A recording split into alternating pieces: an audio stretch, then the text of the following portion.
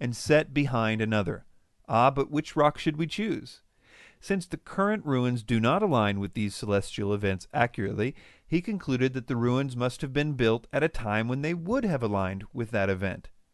Since the sun and sky change positions at a predictable rate due to the gradual changes in the angle of the Earth's axis, he concluded that the Kalasasaya temple was built in 13,000 BCE as a solar observatory, despite no other evidence of solar astronomy at the site.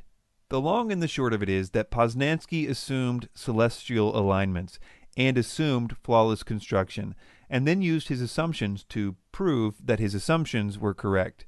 Colavito also has this picture of the site with the caption, "Pick a rock, any rock, one of them must align with something."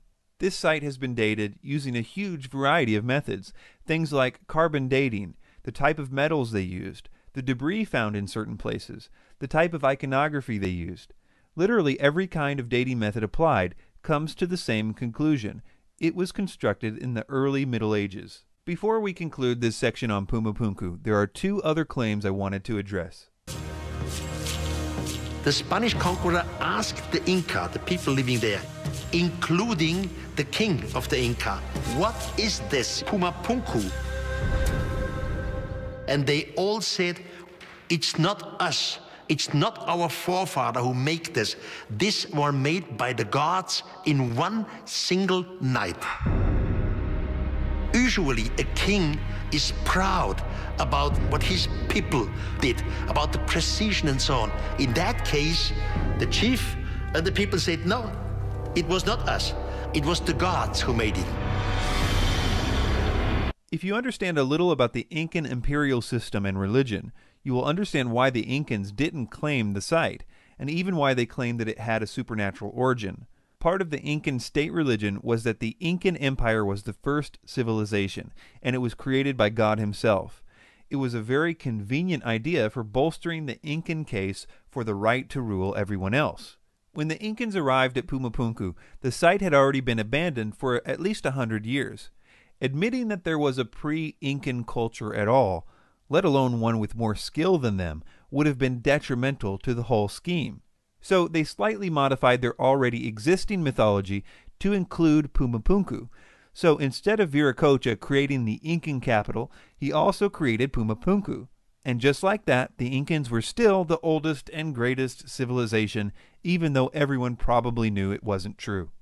And finally, Ancient Aliens says the following about what the ancient local people believed regarding who constructed Puma Punku. Local legends suggest that Tiahuanaco was built as a site of religious pilgrimage to celebrate the arrival of sky gods. But this is a total lie. Viracocha came from the sea, not from the sky. This is a very sneaky move by Ancient Aliens, in my opinion. So, in conclusion, the stones are not made of granite and diorite. The stones were easily workable with the tools available to the Andean culture, tools which we know included high-quality metal alloyed chisels. These tools would have been more than sufficient to make the angles seen at Puma Punku. The faces of the rocks have been finished using a polishing technique after being rough cut using stone hammers, evidenced by the unfinished stones and hidden areas of the finished stones. The moving of the stones was not as difficult as Ancient Aliens makes it seem, especially when you take into account that they are telling people that the stones weigh 600 tons more than they actually do. The stones have telltale drag marks and hoisting holes for ropes, all showing that they were not levitated as Ancient Aliens would have us believe.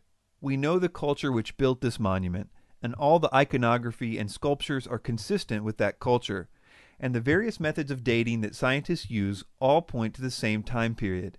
The idea that Puma Punku was from Atlantean times we now know is based on a very transparently flawed presupposition.